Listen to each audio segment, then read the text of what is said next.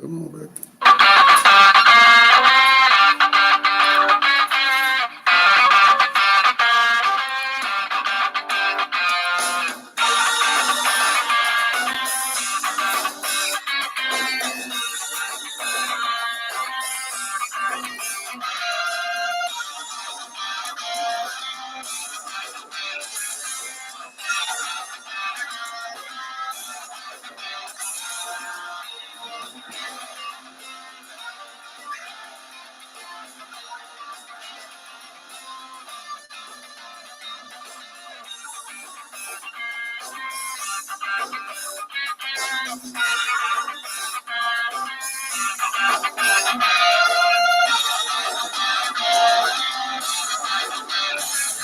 Good morning, everyone, and welcome to the Mac and Jack Sports Show, streaming live on Facebook, YouTube, and Twitch.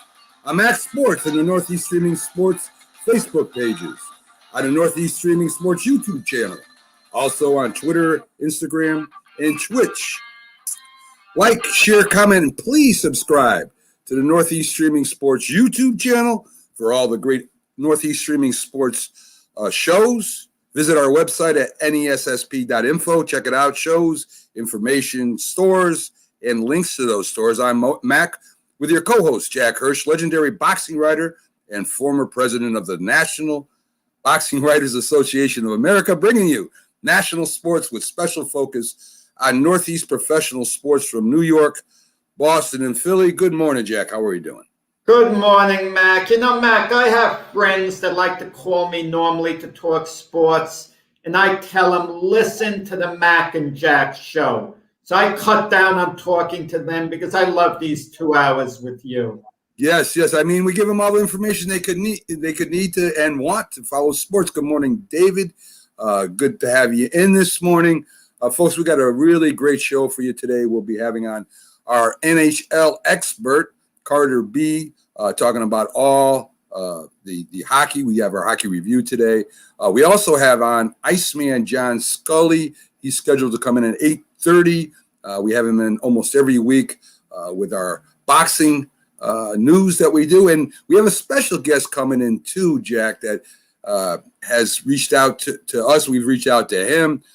Stars boxing promoter Joe DeGuardia is also coming in. And it should be a lot of fun having both of them on today. We'll also be going through the NBA, MLB, and all the sports news you can think about. So Jack, a little bit, I want to touch a little bit on the MLB real quick before Carter gets in here somewhat. You know, me and you are Yankee fans, and we've been Yankee fans pretty much all our lives. You know, we follow them through the bad times and the good times. Yankees off to the worst start since 1968. And that's when I started watching them, when they were, you know, they had players like Roy White. I think Bobby Mercer might have been on a team back then. I'm not exactly positive about that. But this is when CBS owned the New York Yankees. And they were terrible. They were in last place for years. One of the worst teams in the league, as a matter of fact. CBS kind of used them for ratings in the beginning and just let the team pretty much go to hell. So right now, with the Steinbrenner family still in charge, not George, but his family's in there, one of the best GMs in the league for the past decades, and a coach that played on the Yankees and played for other teams, Aaron Boone. There's nothing going on, Jack. There's no hitting at all. They don't look like they're fired up to play. You know, the only hitter out there that we have that we can speak of is really DJ LeMahieu. Stanton looks slow. I mean, if you throw a fastball up and in on him, he can't get around on the ball anymore. And Judge is inconsistent. So, I mean, all the guys that we thought were to come through, that might come through for the Yankees right now, are not. And I just don't I don't know what's going to happen here for the rest of the year.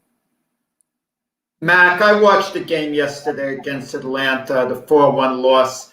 I kid you not, it was about as exciting as watching grass grow. I was bored, and they couldn't get a timely hit. And you knew what was going to go on. It's as if you knew they weren't going to score as the game was going along. Even DJ LeMayo, who's the one guy who was hitting 300 going into the game, he was 0 for 5 yesterday. And it was just awful. The hitting's going to come around, but you look at their middle relievers who did a decent job last night. But who are these guys? They have a bunch of new names in there. I mean, it's easy to say, well, we miss Zach Britton. He's been hurt. He's going to come back. He's going to bolster the bullpen. Luis Severino, he's going to come back during the year. He's going to help the starting pitching. Corey Kluber wasn't bad yesterday. He left in the 5th inning, down 1-0. The bases were loaded. Not a bad performance yesterday had he had a bit of hitting support. But it's very brutal to watch right now. I mean, it's awful. But you just look at the names, Mac, in the lineup. They're going to hit. Things are going to get better. They're going to make a run. But the problem is, at this time of the year, these games count for the end, and they count a lot. If this goes on a few more weeks, the Yankees are only 5 games out now. And in reality, it's not really 5 games because the team in first place are the Red Sox, okay? I look at it, and the Red Sox aren't going to hold up. They're not made to last, despite you telling me they might be, Mac. But they're 3 games behind the Rays, who are 2 games out of first place. That's the way I look at it. So if the Yankees could keep within a few game radius, I think they'll be able to eventually straighten out. But right now, Mac, you said it best. It's like the late 1960s. It's brutal to watch. I mean, we have big names. You're right, but man, Stanton is probably one of the worst. And I don't want to hear when he's healthy is good. I don't care. He's healthy now. He can't swing the bat anymore. On a fastball, he can't catch him when it's up in the strike zone on him. He's swinging for the fences. He's not trying to hit the ball. Even Judge, who can change up his swing, is not swinging hot right now. LeMahieu is you can't have one good hitter. Torres isn't doing anything. Believe it or not, our catcher is hitting better than almost all of them guys, which is ridiculous because he's not that good. So, I mean, you say they're going to go in for a winning streak. I don't see it, Jack. I don't, unless there's some significant changes to that lineup and players. I don't see it. Mac, I think there's got to be an attitude change starting with the manager. Gleyber Torres didn't run out of ball. And Aaron Boone said he was going to talk to him. They were going to sit down and talk. And in all honesty, that is the right thing to do. If it's the first time someone hasn't done that, you don't want to discipline them. You have a talk with them. You call them in and say, look, this isn't acceptable. It can't happen again. But the way the Yankees are playing, they need a joke.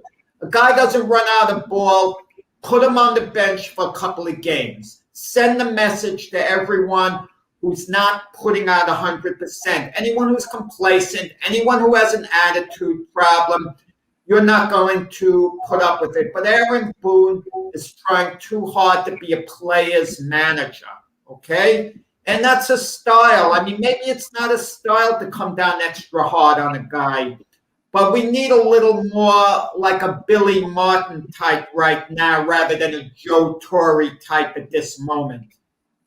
Listen, I don't know. So you sit these guys down, Jack. Who do you put in? I mean, listen, they have not built up a bench roster either. This is another thing that for some reason Cashman and the ownership hasn't done. Who do they got coming off the bench? Seriously. I mean, I remember the great Yankee teams in the 70s, right? If somebody went down, they had a guy that could step in that could almost start for every other team. I'm trying to remember some of the names. I got a brain freeze right now, but I remember if Reggie Jackson got hurt, the right fielder they put in there went like 2 for 3 and hit a home run. I mean, they don't even have that. They have Paul Blair come in and back Reggie Jackson up. Right. Yeah, an established vet. Yeah, so I mean, they don't even have that, Jack. So where do they go? I mean, if Stan's not injured, he can't hit. When he's injured, he can't play. They won't put him in the outfield because they're afraid of hurting him, I guess. I don't know. But, what is their plan? There's no plan. There's no plan at all. I mean, at least they went to get the best bullpen in the league. They had a plan, and they don't even have the best bullpen in the league anymore. I think that the Yankees, you keep saying they're going to make a run. They may run down to the store and buy something. They ain't making no run in the division. Well, the plan should be not to be so scared a player is going to get injured. You've got to take a chance with Stanton. Don't forget, Stanton was a superstar.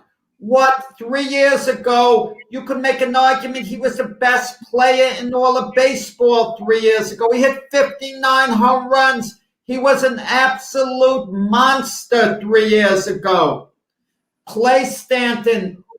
Put him in left field part of the time. Free up the DH spot. You give yourself more flexibility. Let Stanton just play every day and let's see what happens. Even Stanton's first year with the Yankees, he fell off, but he still hit 38 homers and had 100 RBIs. Look what Stanton did against the Rays in the playoffs last year. He was great. Just play him out. Stanton will come around sooner or later. You might have to take your lumps a few weeks, but last it out. He'll hit. Judge is going to hit. LeMayo is going to hit. Clint Frazier is going to hit. Gleyber Torres is going to hit. I don't think he's going to field this. Just play it out. Gary Sanchez is slipped under the radar because some of the other guys are doing so poorly. We're not focused that Sanchez's performance is slipping to the point where he was the play. He's now becoming the play he was last year. And if that's the case, I don't know how long he should remain a Yankee. But, sometimes you hear the term, Max, stay the course. We got to take our lumps now, but stay the course. But certain moves, like they get another infielder, Odor from Texas. Why? He's not the answer. They lost nothing getting to him. It was low risk. I said so at the time. But they might be better with a Tyler Wade, who's very quick.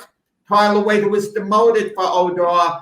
He might add a little spark. But listen, I think you can't make many moves now, Matt. Let's be honest about it. You can't trade. You can't bring guys up.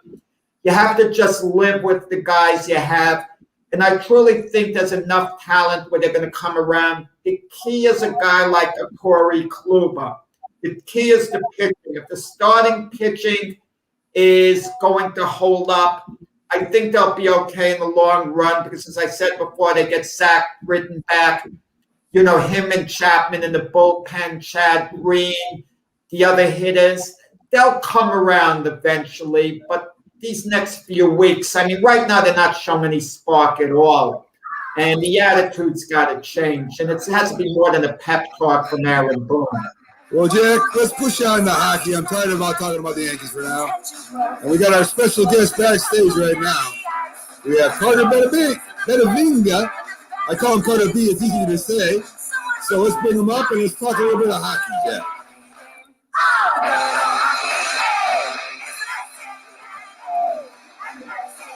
How you doing today, Carter? Glad to have you on again this fine Thursday. What's going on, partner? I'm doing well. Thanks for having me on, guys. How you doing? No problem, Carter. No problem. Hey, listen, we've got a lot of stuff to get to in a short amount of time here. We got like 20 minutes or so before our next guest comes in. But I still want to give a good review on hockey, which you always do, and that's why we have you on every week. And, of course, you got that great show going on right now, 2-0 Hockey Show that's blowing up the airwaves over there on Northeast Streaming Sports and on Zodiac. Doing a great job. I heard a little Mac Carter's hockey show. He wasn't too nice to his partner, teasing him about the Islanders beating the Rangers. It wasn't that nice of Carter. Well, Carter's being realistic. I got to give it to him every once in a while, so he knows I'm kidding. You got to give him the business, right? So, Carter, in the Central, the Hurricanes and Panthers in a virtual tie, followed by Tampa Bay. The Predators are holding on to fourth. The Panthers won last three. They had if I'm correct, a new goalie made his debut at 20 years old. Am I saying it right, Carter? Is he there? Carter froze on us. Obviously we were talking about oh, can you guys hear me now? I think I'm having a little bit of a connection issue, but with the Florida Panthers, Spencer Knight looks really, really good. He only played one game, but He had a 971 save percentage in that game, and he really managed to shut down the Columbus Blue Jackets in terms of their offensive production. For those of you who had listened in yesterday, I mean, my co-host Andrew and I were talking about Spencer Knight and the potential that he has for for the Florida Panthers going forward. And this is a kid that I think a lot of people have been waiting on for a long time. I mean, he is only 20 years old, but just the things that he's done in minor hockey and obviously at the World Junior Tournament with Team USA. This kid was expected to do a lot of amazing things in the NHL, and if the rest of his career continues like his NHL debut has gone, then I think we're in for a treat watching this kid. In the West, you got the Knights are on fire. They've won the last 8, followed by the Avalanche, while the Coyotes are hanging in the 4th spot. Goalie Ruben Lanier of the Knights says the league kind of lied to the players. They forced the players to get the COVID vaccine and said the league, allegedly, they promised that the restrictions would change. Of course, the league's denying that. I can see the league doing something like that to get everybody vaccinated, Carter. Yeah, I mean, I think the goal is to have everybody vaccinated as soon as possible. I think the biggest thing, at least holding the league back right now from doing so, is the fact that the Canadian teams are kind of in a weird spot right now, with obviously the U.S. being so far ahead in terms of how many vaccines we have available right now. So I've actually heard that if the Canadian teams opt to do a playoff bubble instead of playing in each of their home arenas, they'll actually try and move it to the U.S. so they can try and get the Canadian teams vaccinated sooner. So that might be something that the league tries to look into. But as of right now, I mean, yeah, I agree with what Robin Leonard's saying. I think that, we're seeing it in the NBA a little bit after the players have gotten vaccinated. The restrictions surrounding COVID a little bit have kind of, the league hasn't been so hard on those players in terms of what they can and can't do. So, obviously, I don't think anybody really knows what the league has said except for the league and the players themselves. But I have a feeling that Robin Leonard's right about this one. I don't think he would just make something like this up. And, if this does turn out to be true, then I completely agree with what Robin Leonard's saying. In the North, you got Toronto letting the other teams come back in the playoff contention for first place. They've lost 5. The Jets in second, and Oilers have gotten within striking distance. Montreal is holding on to the 4th. It looks like the goalie, David Rich, is having problems in net right now, Carter, for Toronto. Yeah, he's struggling a little bit. I mean, obviously, I think part of it is just he's trying to get acclimated to a new system, a new team, new teammates, I should say. It takes a little bit of time, but at the same time, there's not as much time as there would be in a regular season to really, get your act together in terms of, how you're playing. And with this Maple Leafs team, they're on a 5-game losing streak, like you mentioned. They're just above 500 in their last 10 games. So, currently, I don't think they're playing their best, but I feel like Toronto's going to try and pull it together here. I feel like they will get it together by the end of the season, and I still think they finish in that top spot. So finally, we get to the East, which we love talking. We got the Capitals and Islanders are tied for first. Pittsburgh's right behind them. The Bruins are surging. They've won the last 5, 7-2 in the last 10 games, beating the Islanders twice, Washington and Buffalo. The goalie Rass got his first 51st shutout of his career, which is pretty impressive. What do you make of the Bruins? Do the Bruins have enough time, you think, to catch the Islanders or the Capitals? Catch the Islanders and the Capitals, I'm not sure. I think that maybe if the Islanders and the Caps start to falter a little bit and they really start to, maybe slump out of a playoff spot, then maybe Boston will catch up to them. But I think as of right now, I think their just main concern is on that 4th seed. Right, they have the Rangers right behind them. They have even the Flyers, who aren't completely out of the picture just yet. So, I think the concern for the Bruins right now is just to keep playing the way they're playing. Like you said, they're surging right now. They've won 5 in a row. So I think the concern for them is just to keep playing the way they're playing and just hang on to that 4th spot. Carter, you're dismissing the Penguins. You're dismissing the Penguins. What the way you say they can't catch the Islanders or the Capitals? The Penguins are what, 1 point behind them? I mean, I don't know. I mean, I never mentioned anything about the Penguins, and I really didn't plan to because I think either the Islanders or the Capitals can beat Pittsburgh in a best-of-7 series, and I'm confident in saying that. So, you know, I think the job for Boston is just to keep playing the way they're playing, and if they catch Pittsburgh, they catch Pittsburgh. But I don't think they're catching the Caps or the Islanders. So let's get to the games last night first. Carter, Chicago beat the Predators 5-4. The Wild beat the Coyotes 4-1. The Nets, beat the Sharks 5-2, and Montreal beat the Islanders 4-3. That's just update the people at home.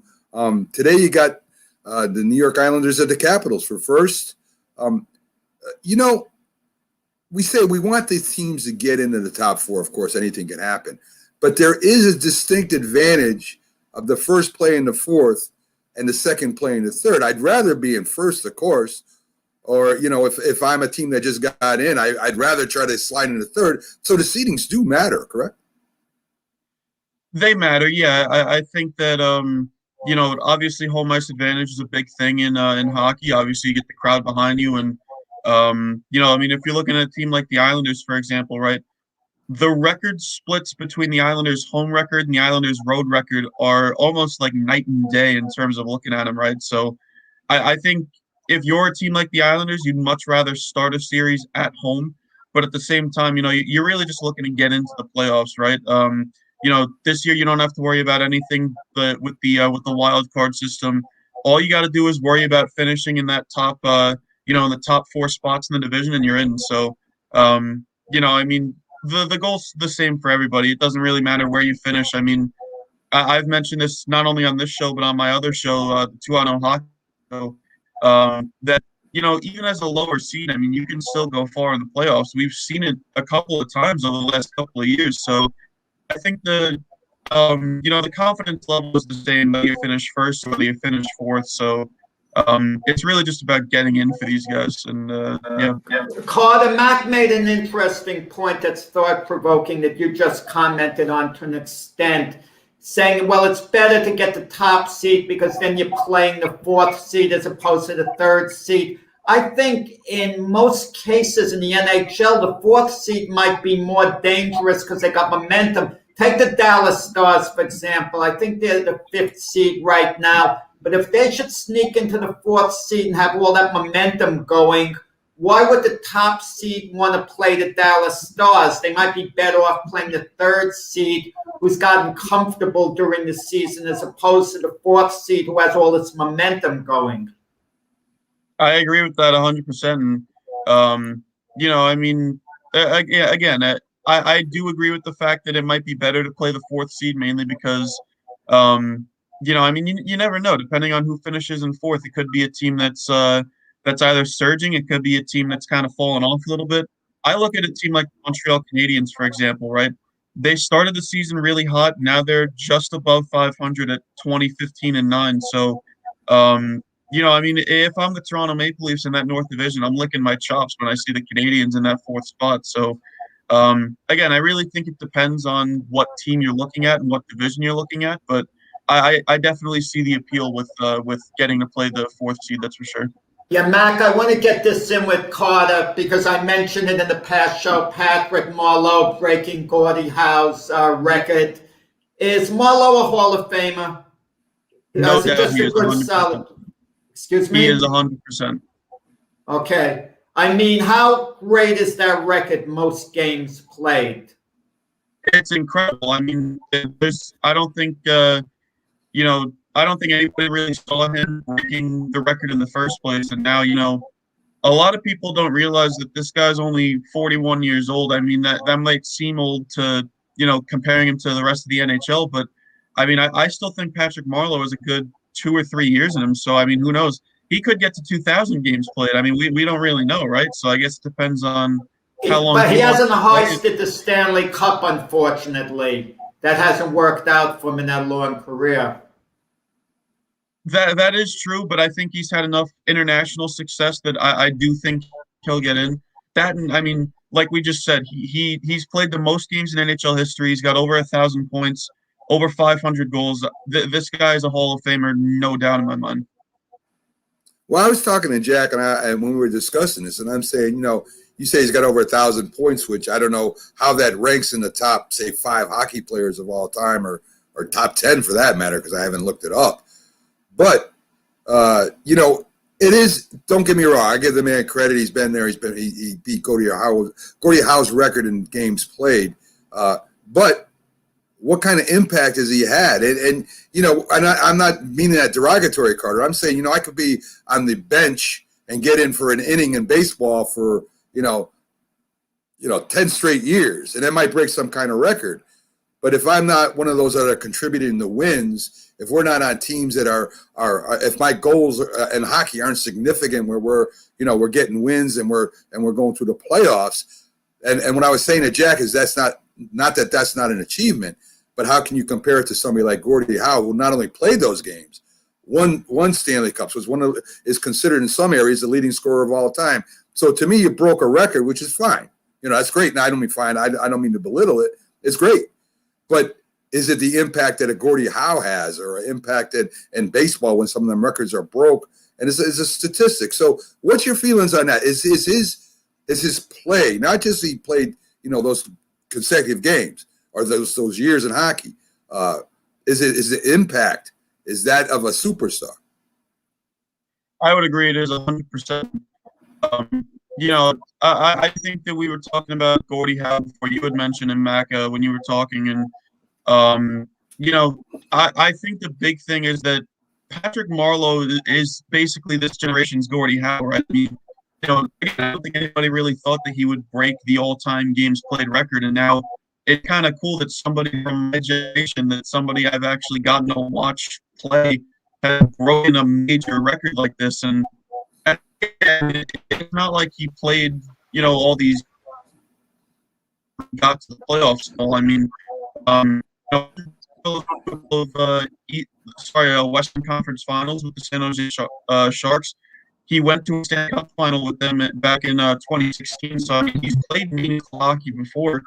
I mean, realistically speaking, he was 2 games from adding a Stanley Cup to his already impressive resume. So, I mean, I do think that even though he hasn't won a Stanley Cup, like I said before, I mean, he's won a few gold medals with Team Canada at both the Olympics and the World Championships.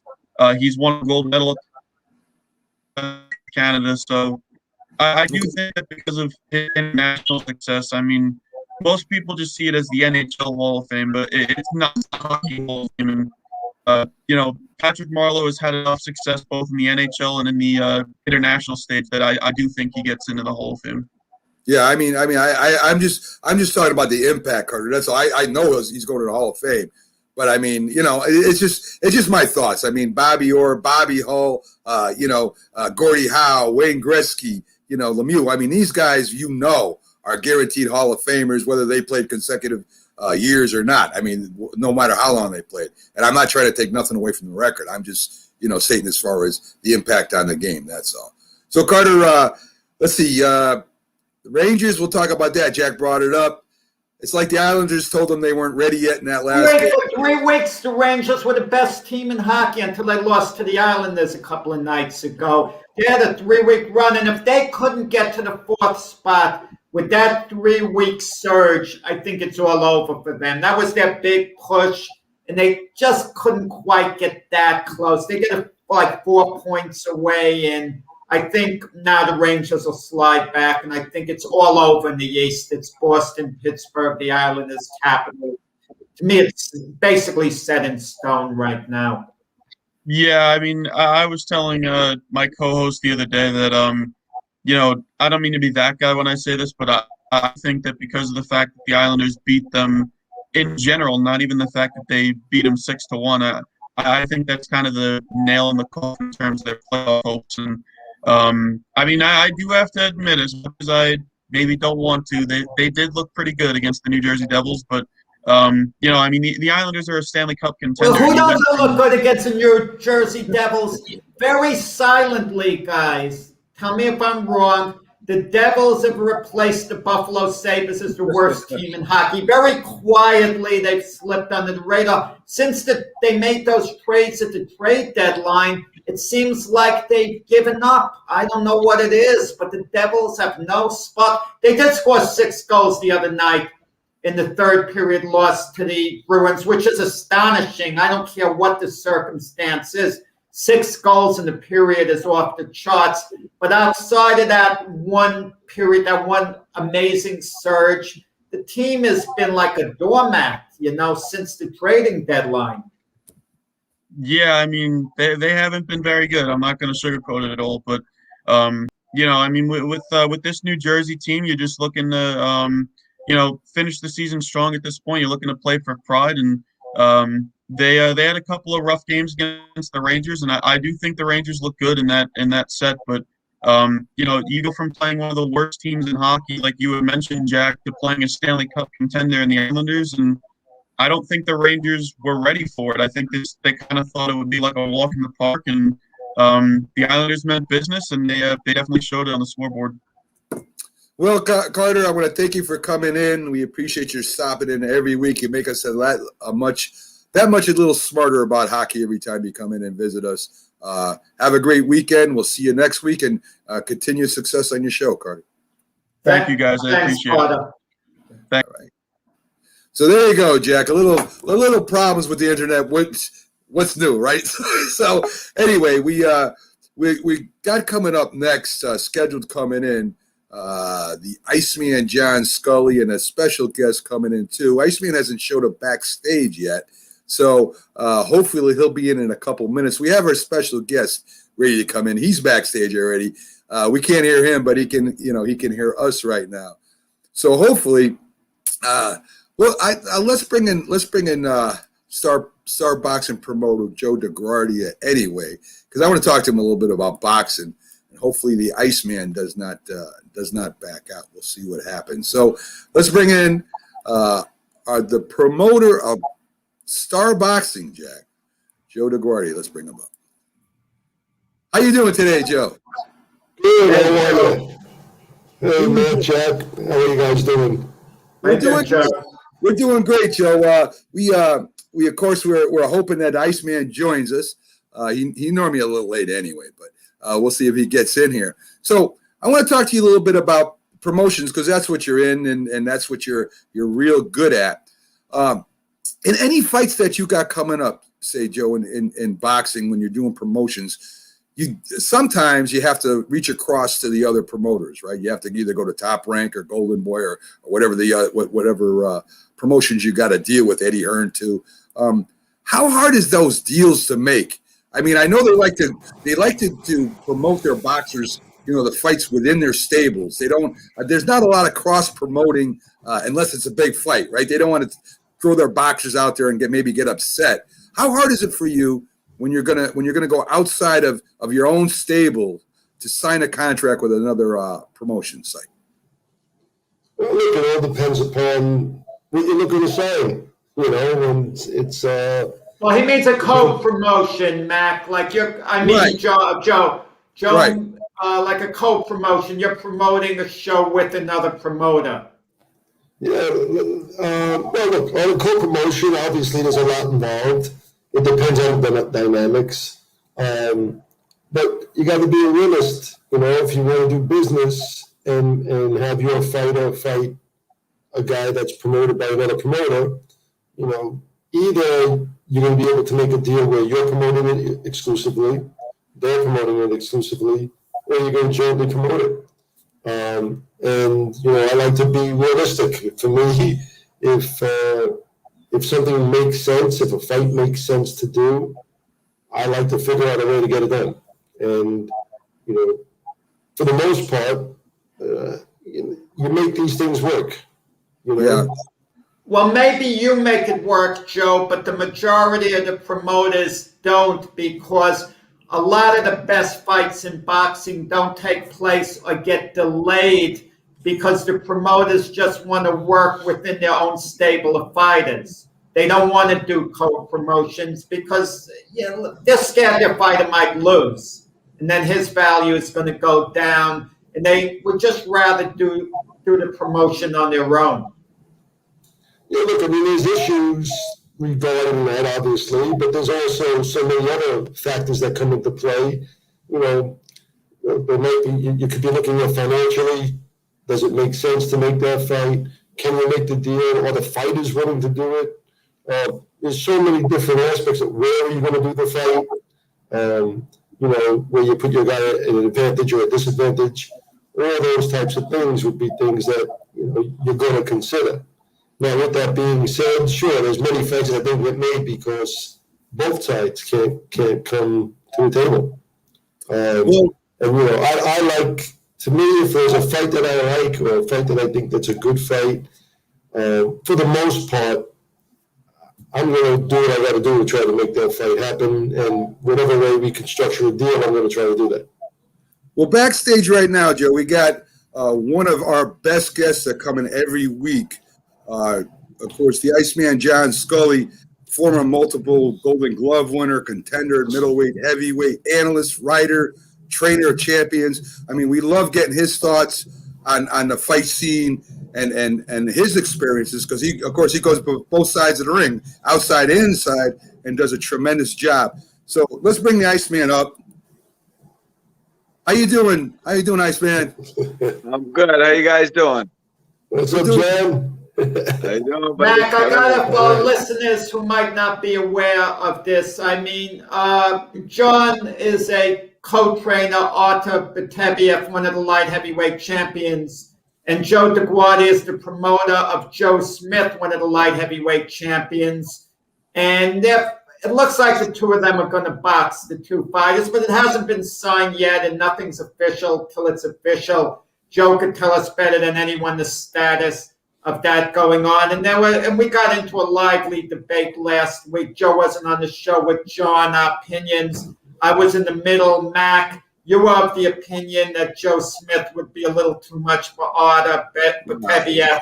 And of course, John Scully objected to that greatly. So then we'll pick it up from there. Yeah, that's a little strong. I never said that Joe Smith would eat his lunch. I said that Artur Beterbiev is one of the best technical boxers with power I've seen in a long time. The thing I like about Joe Smith is that Joe Smith kind of reminds me of Raging Bull or Evito Inafermo. He has a lot of heart. He comes at you. You can hit him with almost a sledgehammer. I think he boxed 15 rounds with a broken jaw one time. The guy comes to fight. And I think I like Joe, and I think even Iceman does. I love his heart.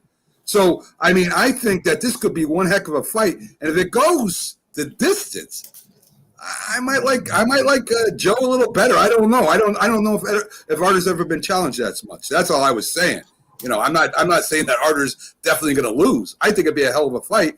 And I think that if it goes 15, though, I mean, Iceman, would you agree? I mean, Marvin Hagler was probably one of the best technical boxers, but had a punch, had a power. He could knock you out at any time. But then you had Vito Inafermo. I don't know if you watched the fight. Vito wasn't a sound boxer. He just had heart, and he stayed with Marvin those 15 rounds and ended up with the draw of the first fight. And that was mainly on pure heart alone. And that's what I kind of look at something like this. I remember the second fight more profoundly. Well, I mean, Vito had a lot of heart. Vito wasn't the best boxer in the world by far. But when he was champion, you know, that's what Joe Smith reminds me of. And that's why, I think Joe would have a chance against Artur. Okay. Well, I've been doing I've been trying to do a little digging, a little research. And let me ask Joe, am I on to something? Was this a fight that your people, you know, for Joe Smith, you, Joe, were trying to make before for Joe Smith against Artur Beterbiev, and it for whatever reason, it didn't get made? Is that accurate? Yes. Yeah, we were going to make this fight once before. And look, it's a thrilling fight. I mean, you got a fight between two guys that are, you know, for lack of a better expression, two freight trains coming into each other. And I love the fight. I think it's a great fight stylistically. I like the fight better for us than the fight that we had, you know, where Joe just won the title, stylistically.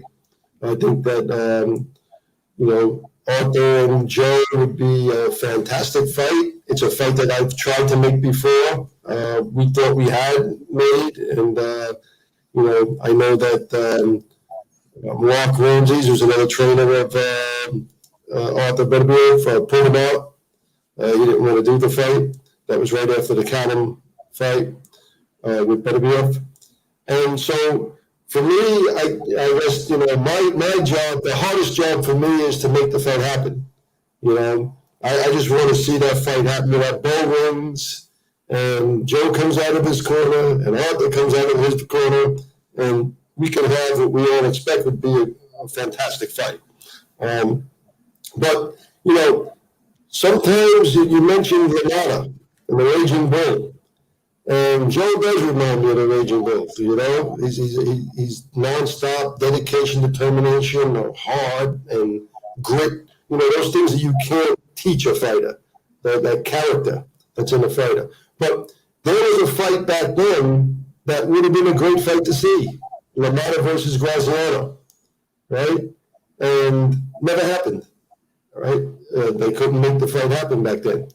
So I'm hoping that we make sure we get this fight done, and Beterbiev comes to the table and we have this fight.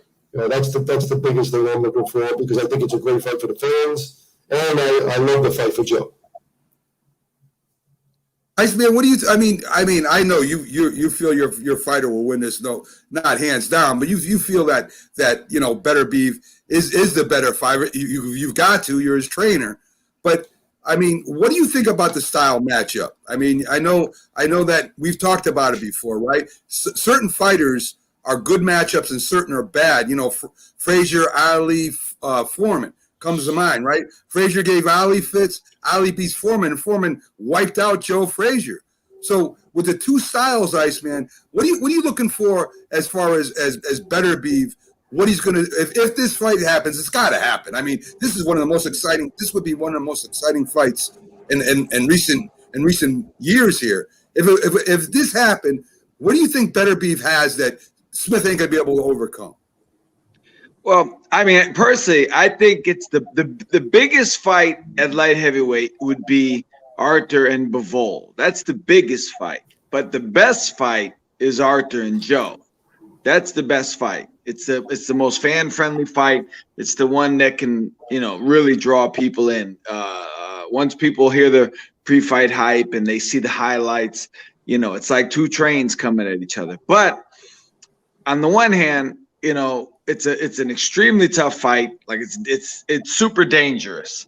And Joe is very game, and he likes to fight. He likes, the first time I saw Joe a few years ago, it was at an event in New York. It might have been a Ring 10 event, and he was up on the dais, and I told the guy next to me, I said, that kid Joe, like he's got that like eye of the tiger all the time. Like he's even at this event, you could see like he was one step away from blasting somebody if they said something. Like he's on edge, he's got that eye of the tiger all the time. But personally, I think he's perfect for Arthur. Like he's got a perfect mentality for Arthur to exploit. That's the way I see it. I know Joe's a big puncher. He's obviously a big puncher, but Arthur is a puncher of, levels that I've never seen before. And like I say, I handle all the sparring partners. When they come, we all stay in the same apartment complex. So I bring them all home, and I talk to every one of them for the last 5 years. And I ask them, what do you think? What do you think? And every one of them's like, they just shake their head. They're just like, man, like, and it's the first time I've actually been in a training camp where people wanted to go home. Like even though they're making great money, they can't wait to go home. And I'll tell you what, we had one guy, I won't say his name, but world-class fighter, world-class. He's won fights on major networks, the whole nine. And he was there, and it was like a comedy show. Like every day, he's like, man, only 7 more days and I get to go home. And he was serious. He wasn't being funny. And then 6 more days. And then the last day, when he knew he was going home after, he was so excited. It was like Christmas morning. And he's like, man, I get to open the presents. This is awesome. Like, he just wanted to go home. And we had another guy in camp, good fighter. And he's like, after he took a punch. And I never saw this. I never saw this in my life, all my years of boxing. He stopped after he got hit, like right instantly. He didn't wait to the end of the round. He got hit. He stopped. He turned and he screamed. And he said, "This can't be good for me." But John, you're backing up last day. And he had been sparring for like 3 weeks, and every day the nightmare of coming to the gym finally exploded. And he goes, "This can't be good for me." And he went home the next day. So, the fight is fireworks. I think both guys, honestly, realistically, I think both guys would try to be a little more of a boxer against each other. I think they would not necessarily go all out like Hagler Hearns. I don't think it would be that kind of fight because these guys are a little smarter than that. But I think it would evolve into that by nature, the nature of these guys. Because Arthur is he's a good person, but he's a really mean person. When it comes to boxing, like he's a mean person. And I see that in Joe as well. So you get two guys who are mean people in the ring. You're gonna get something you want to watch. So I think it's the best fight at light heavyweight. I truly hope it happens. John, you backed up Mac's point, not realizing it, because you're basically saying Artur Beterbiev beats guys through intimidation. He scares them. They get mentally beaten when they're in the ring with him. And Max says that Joe Smith has the greatest will of any fighter he's seen since LaMotta and Marciano. So no matter what he throws at Joe Smith, he's not going to discourage him. So what's your plan B? You will have a plan B. I know you're smart of training. Listen. You got to have a plan B.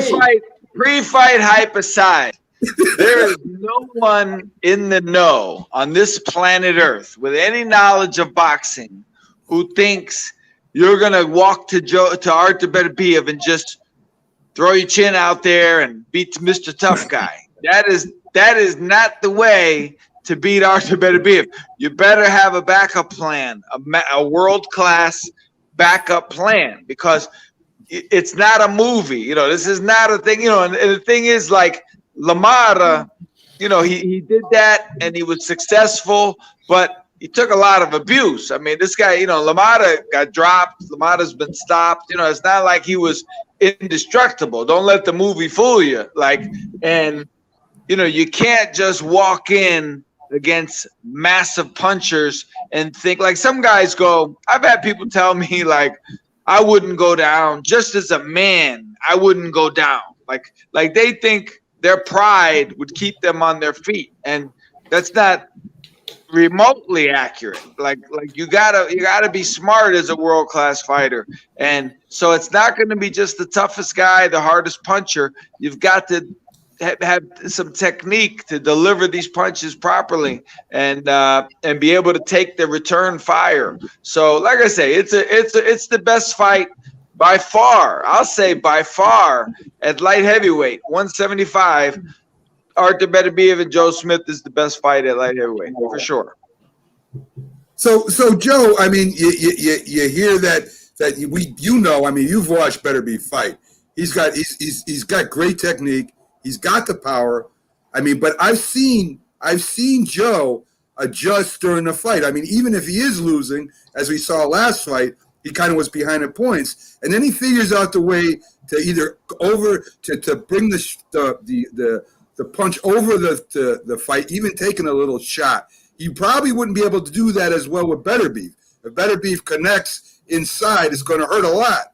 So with Joe, I think this is how I see it anyway.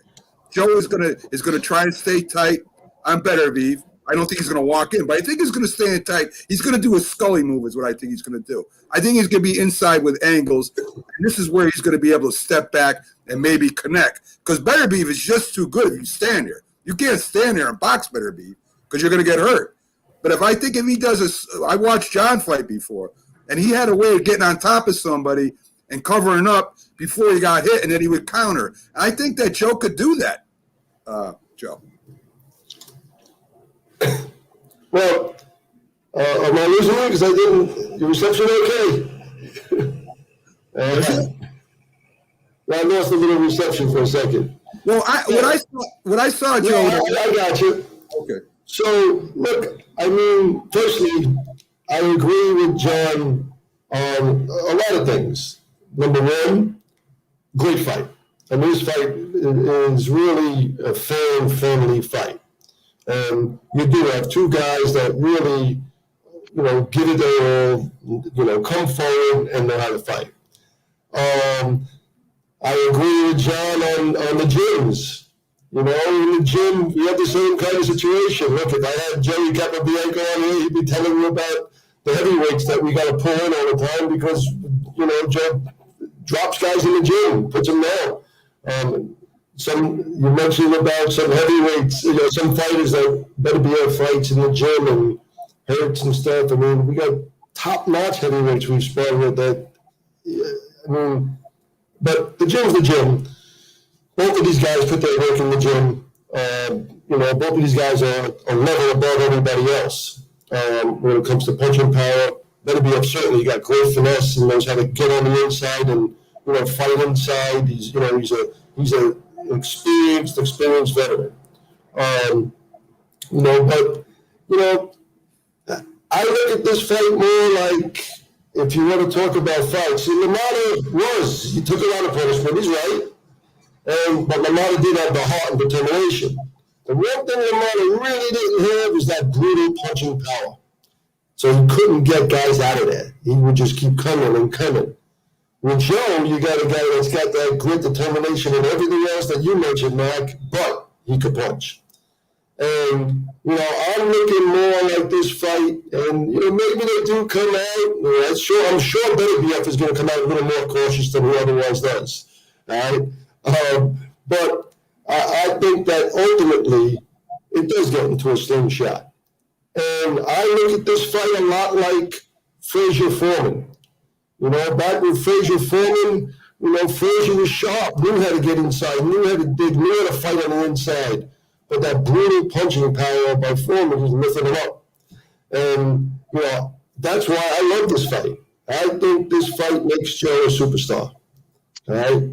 Is there any chance, Joe, is there any chance it could take place in Russia, be a takeoff of Rocky IV? Oh, that would be very nice, right? Yeah. We really in the snow. John, can you imagine during the fight, Arthur's beating up Joe badly, and then the crowd starts switching to Joe Smith in Russia, and one of the officials comes to your corner and says, "The crowd, you fool, they're cheering for him." Is that possible? Is that a fairy tale? Yeah, ain't happening. Listen, John, as I was saying, when I watched your fights, right? And I mean, you had power. You weren't a power puncher. You were a great counter puncher. You had a great defense, and you knew how to get on top of fighters. And we discussed this before about Beterbiev. The best way to keep him off balance is not to let him set himself. So I think Joe can take a punch inside, but if he can get on the angles and not let Beterbiev set, because what I saw, this is what I saw, to be honest with you, John. What I saw was Joe went up against a great boxer last match that he beat. I mean, he was a really good boxer with a little bit of power. I think Beterbiev's a level above that with power. But Joe figured out at the end how to get over the top of his punches. And this is what I'm saying. If Joe can stay on top of him without walking in, this is why I think Joe has a chance to get Beterbiev that no other fighters had yet. Well, look, from my end, I'm on board. You look at fights in a lot of different contexts, and to to me, this is a great fight from a business perspective, and it's a great fight from a fan and fight perspective. And I love the fight. I'm worried, John. I'm telling you the truth. What I'm worried about is I'm worried about Beterbiev getting in that ring. All right, we got to go make this fight happen. All right, I'm thinking he might be looking for a different out. I think he's a little leery about getting in the ring with Joe. I think that he's a great fighter. I mean, I love the way Beterbiev fights. He's sharp. I mean, the Bozic fight, perfect. Executed the perfect game plan. He knows how to fight inside, knows how to get inside. But there comes a point in time where the rope's getting a little long there. And I think the rope is going to end up getting cut there with Joe, fighting Joe. I just think style-wise, it's the perfect style. I just love it. I love the fight.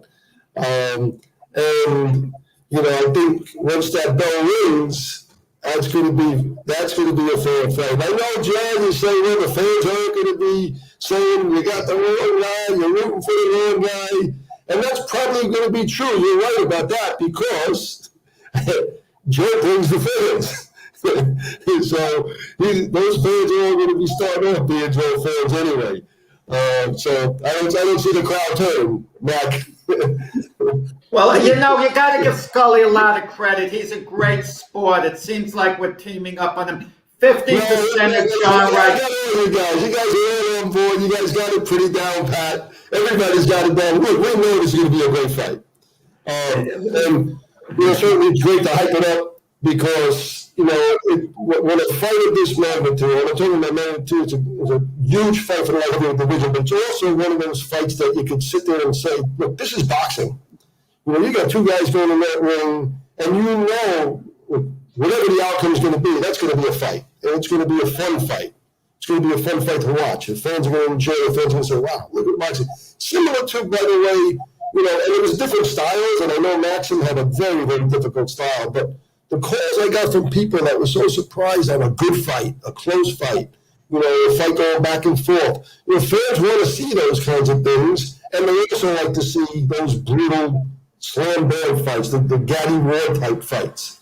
And this fight between Joe Smith and Artur Beterbiev could become one of those types of classics. Where might it take place? I was joking about it taking place in Russia, but if the money's there, that might actually make sense. If the money's there from your end, and I'm sure, with Beterbiev, he would be thrilled to have the fight there. Where would the ideal location be with the pandemic? I'm not sure what the answer is.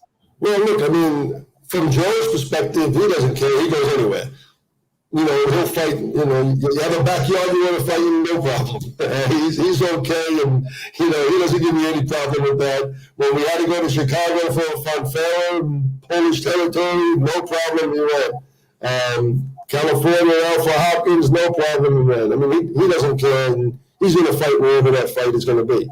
But certainly, from a business perspective, if all of a sudden they opened up the coin and had all those gold coins there, Russia, here we come. Let's go run in the snow, It's wherever you can make the best deal. And this fight deserves that. It deserves the biggest magnitude fight. Now, to me, the biggest magnitude, the biggest place, the biggest history, the longest history in the game, and some place that would be ripe and perfect because we'd be coming out of a pandemic, would be the place with the biggest history in boxing. And that's Madison Square Garden. To me, that's the place where this fight belongs.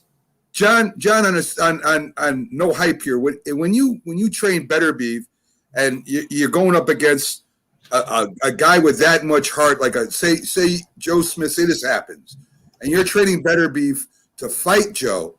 I mean, he's going to come in. He's going to take a punch.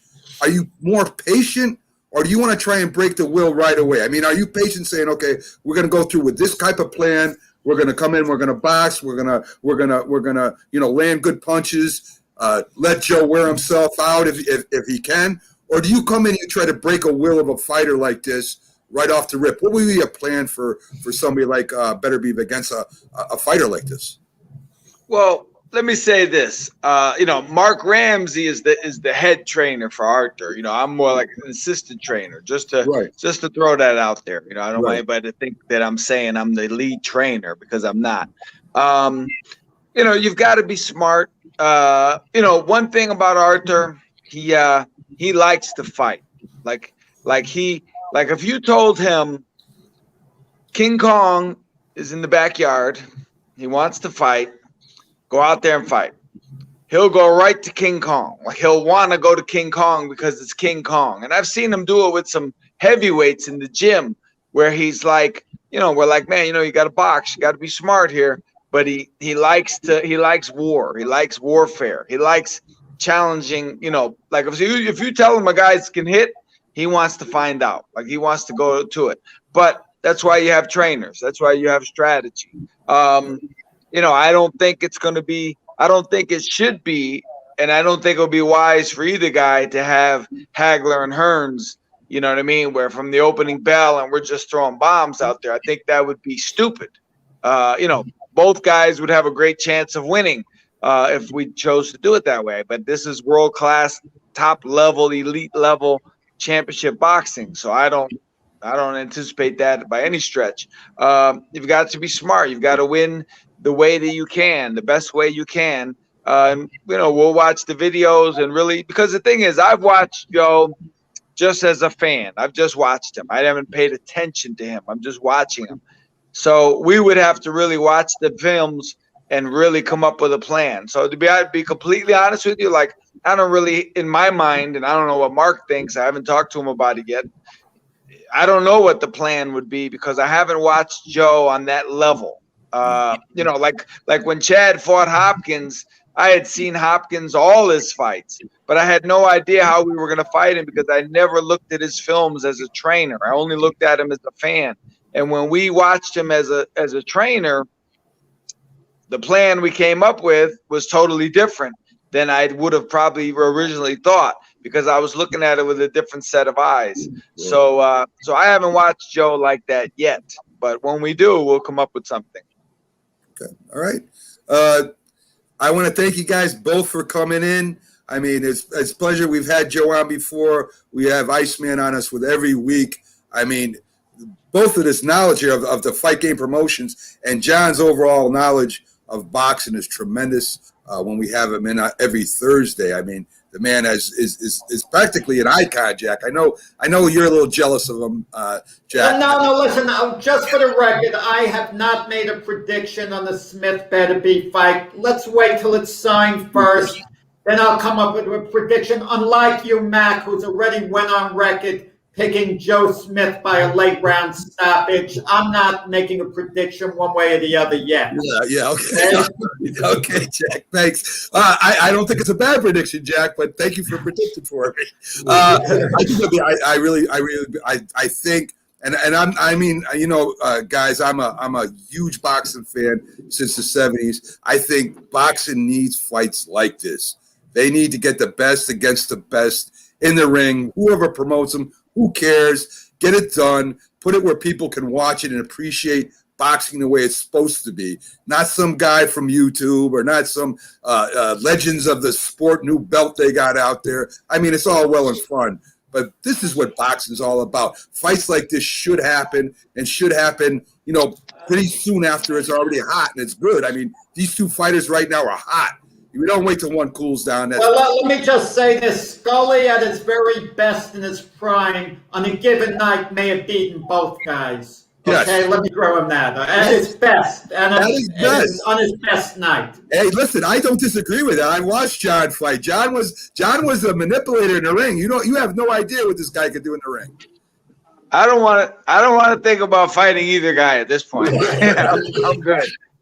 Back then you would, though, John. Back then you would have been ready for him. I know that. So, guys, it's funny when you're a fighter, and Joe I don't know if you guys know this, but Joe was actually Golden Glove champion in New York. I don't know if you know that. And he beat Larry Barnes in the finals, who Larry Barnes ended up fighting Felix Trinidad for a pro. So Joe knows like I do. But being away from fighting for so long, I still spar, but being away from it, you lose the mentality. That's why I keep sparring, because I want to have the mentality. Scully, if Evander Holyfield calls you up because he's on the comeback against Kevin McBride in a real fight and wants you to be one of his sparring partners, I get a feeling you'll pack your bags and you'll head over there. No. No. I don't know. Holyfield? He's kind of big. Johnny fought light heavyweight at first. I mean, come on. I mean, I know you would have a shot. You could fight him in a real match right now. He's like, he fought light heavyweight for one fight. Relax. Just by the way, with Joe DeGuardia, his shows at the Paramount in Huntington, Long Island, phenomenal events. Because of the pandemic, he hasn't been able to run them. Before that, my favorites were at Yonkers Raceway, where I used to run shows. I mean, you had to be there to see it. I had so much fun, a lot more fun at his shows than I would at the major arenas, even like Madison Square Garden. I mean, those were a good time. Joe's shows are not only boxing, it's a night out, it's entertainment. So, we missed those. Joe does a great job, and I can't wait for this nonsense to be over with so we can get back full time again. But as I said, guys, we need fights like this to keep boxing back, get it back to where it was, to get it back to where people actually come in and watch good fights and not, exhibitions and all this hoopla where we have really hot, good fighters that both are going to go there and give it their all and show what boxing really is about. I can't wait till that starts really happening again. So, guys, thank you for coming on. Iceman, every Thursday, you're tremendous information and updates for boxing. And Joe, thanks for coming in again. It's been a pleasure having you back here and get on Top Rank, man. Don't let them walk away. Get on top of them. Say we need this fight right away. All right. It's good stuff. Good being on, guys. Good seeing all of you. Take care, guys. Yeah, Joe, thanks. We'll see you again. Thank you. Thanks, John. So there you go, folks. Two of the biggest personalities, maybe I would say, in boxing. I mean, you got Joe DeGuardia, one head promoter. You got the Iceman, who's been around boxing forever in all kinds of capacities, Jack. It was a lot of fun having both of them on. You're muted right now, Jack. I give John Scully a lot of credit because I know competitively inside he's thinking Beterbiev is going to destroy Smith. I know he's thinking that, feeling that. But being diplomatic, and respecting the threat that Joe Smith, would present, so, but it was a lot of fun. It's in good fun. And listen, the one thing we all agree on, it would be a heck of a fight from an entertainment, viewpoint, no matter who you think is going to win and how they're going to win. It would be entertaining as long as it lasted. And what we don't have anymore, Jack, is great rivalries like we used to have, right? We used to have, the Hagler, Hearns, and the Frazier, Ali. We don't have that anymore, really. I mean, I think Tyson and Holyfield may have been the last one, really, that sparked interest. And if these guys can go in there, if they can set this up, and they can go in there and be a close fight and a banger, we might have another great rivalry. Right, it wouldn't even have to go the distance. It could be a fight that goes, let's say, even 6 rounds, and it's slam bang. One guy stops the other, and people might want to see an encore. Yeah. Again. But it's a fight that people are talking about. Want to see Joe Smith, a really exciting local guy. He seems to be an underdog in every fight, yet he always finds a way to win. And But Tebiev, he needs his breakthrough fight. He needs, that fight to, get him out there to the mainstream public a little more. And this fight would provide that. I agree with that 100% because every fighter needs that one big fight to put him over, and Beterbiev hasn't had that yet. So, I mean, this could go either way, and I hope that this rejuvenates at the light heavyweight level anyway, Jack. Boxing again there. Well, Beterbiev would be favored by the odds makers, clearly, without a doubt. So it's not a pick-em fight according to the odds. But consider this, Joe Smith has been an underdog in several of his fights. in which he's won, okay, in which he's come through. So based on that, the odds are the odds. I mean, they're nice for betting purposes, but it's not going to be a real reflection on, what's going to happen in the ring. I definitely agree with that. Folks, we're going to jump out. We're a little late for our first time out, but we had an interesting segment there with two great boxing personalities in boxing, Iceman and Joe DeGuardia from Star Boxing. We'll be back after these messages. Please stick with us. If you served honorably in our nation's armed forces and you're looking for a way to continue serving your fellow veterans in your community, then join AMVETS. Each year, AMVETS members volunteer millions of hours at VA healthcare facilities from coast to coast, helping to improve the lives of their fellow veterans through the VA Voluntary Services Program. AMVETS posts and departments also participate in a wide variety of community service projects, ranging from Americanism in our schools to supporting the Special Olympics and Boy Scouts of America. If you no longer wear the uniform today, you can still serve through the AMVETS by joining today at amvets.org. Hi, Grandma. What's for dinner? Hey, honey, I'm making stew tonight. Ooh, can Nina come over? I'm not sure about our new friend. I wonder if there's been any drinking going on. Alcohol at her age can lead to so many bad things. I've been meaning to ask you, what would happen if someone offered you a drink? Grandma? This is hard. She's so young, but I know I need to talk to her about it now before someone tries to give her alcohol. If anyone ever does offer you a drink, I want you to say no. I have too much respect for my family, and I don't want to get in trouble. Okay. Really? I promise, Grandma. I love you too. Okay, how about tasting this stew and telling me what you think? Some children may try alcohol as young as 9 years old. It's not too early to talk about drinking. For tips on how to begin the conversation, visit underagedrinking.samhsa.gov. That's underagedrinking.samhsa.gov. This message brought to you by SAMHSA and this station. When you hear the word asthma, you probably think of shortness of breath, coughing, or inhalers. Lots of things can trigger asthma, but the fact is that asthma doesn't just attack, it can kill. But with proper medical management, asthma is controllable. If you experience shortness of breath, wheezing, tightness in your chest, or persistent nighttime coughing, you may have asthma. See your doctor and get the facts. You'll breathe easier. For more information, call 211 Info Line. A message from the Connecticut Department of Public Health, keeping Connecticut healthy. If you talk and they will hear you every single time. Oh, we're getting killed. Yeah, well, Kyle's not here. How come? Kicked off the team. Didn't Tim tell you? Kyle and some other kids got caught drinking beer in the park a couple of nights ago. Really? Yeah. Zero tolerance. He's out for the season. Come on, it's the first offense, right? That we know of. But why should that matter? He knew not to drink. I made it clear to Matt, that's what we expect from him. What have you said to Tim? Nothing really. You know, a lot of kids try it at this age, so Yeah, well, a lot of kids don't try it too.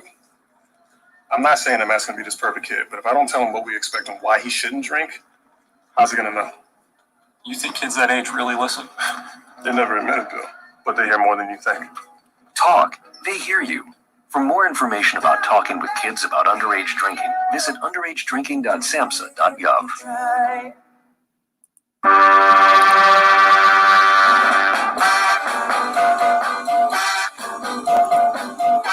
Good morning. You're listening to the Mac and Jack Sports Show on Northeast Streaming Sports.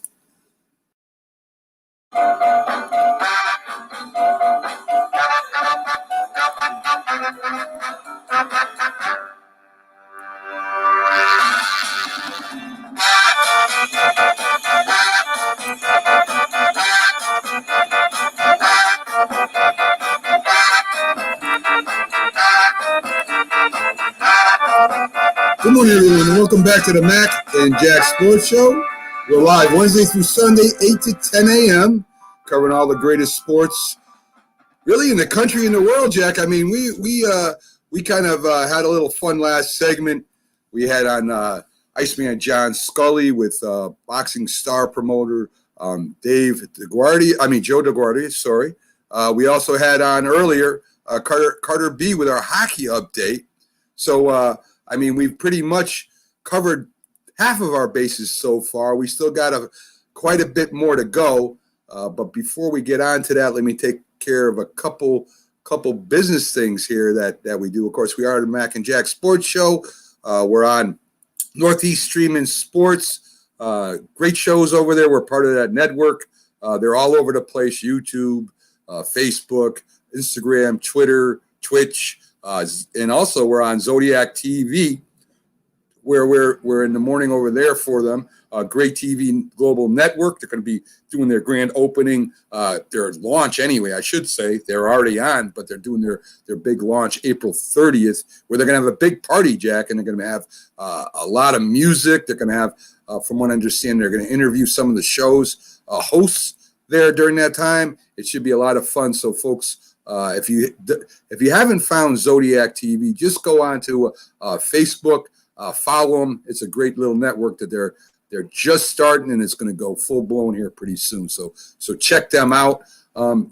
If you would follow, like, share Northeast Streaming Sports and the Mac and Jack Show. If you can, subscribe to our YouTube channel where we're all the shows are at also. So you can see them on all those sites. You can hear us on iHeart, Spotify, Pandora, iTunes, where you can hear us if you can't make it to a screen. So we're in a lot of formats right now, folks. We're just trying to get out there, get more followers, more subscribers. As we do, we'll get great guests like this on all the time. Even though we get some big ones, we can even get bigger ones as we grow and people start noticing us more and bring you more guests and more great information from them guests. So, Jack, pretty interesting show so far. Great setting up. I'm glad you were able to get a hold of Joe and bring him on. That was a lot of fun. So let's turn to a segment that we do. We try to get in every Thursday. Sometimes it goes to Friday. Jack has a segment called Ain't Gonna Happen. And Ain't Gonna Happen is sponsored by one of our people that sponsor the show, our official sponsor of the Mac and Jack Sports Show, BSTBreaks.com. You can check them out at their website, or you could check them out on our website. We have a link to their site right there. Real easy. Just go to nessp.info, hit their link. And from the best in wax straight to the pack, BST Sports Cars has it all. Join the phenomenon.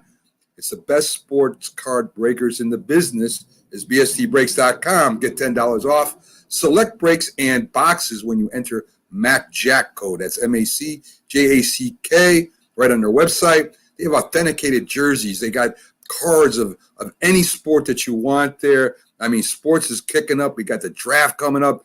I mean, BST is the place you want to go to get all your memorabilia, Jack. So that's BST Breaks. So let's get to Jack's segment. Ain't going to happen. This is when I have Jack look into his crystal boxing glove and predict some things that may or may not happen, Jack. So let's get it started here, if I can. After a brief retirement, Jack, Julian Edelman is back playing with Tom Brady in Tampa Bay.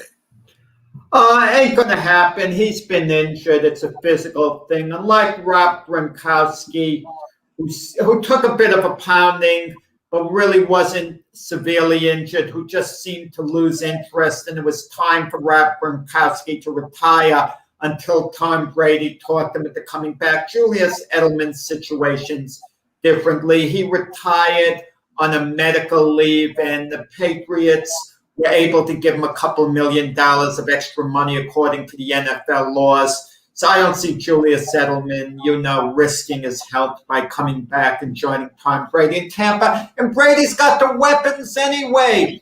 How much space does he have to fit Edelman in? Yeah, that's true, Jack. He does have a lot of weapons over there. The Pelicans, before or after the season, fire head coach Stan Van Gundy, Jack. Stan Van Gundy's a very likable man. He really is. He's the type of guy you'd like to hang out with, have a beer with, go out to dinner with, go to a ball game with.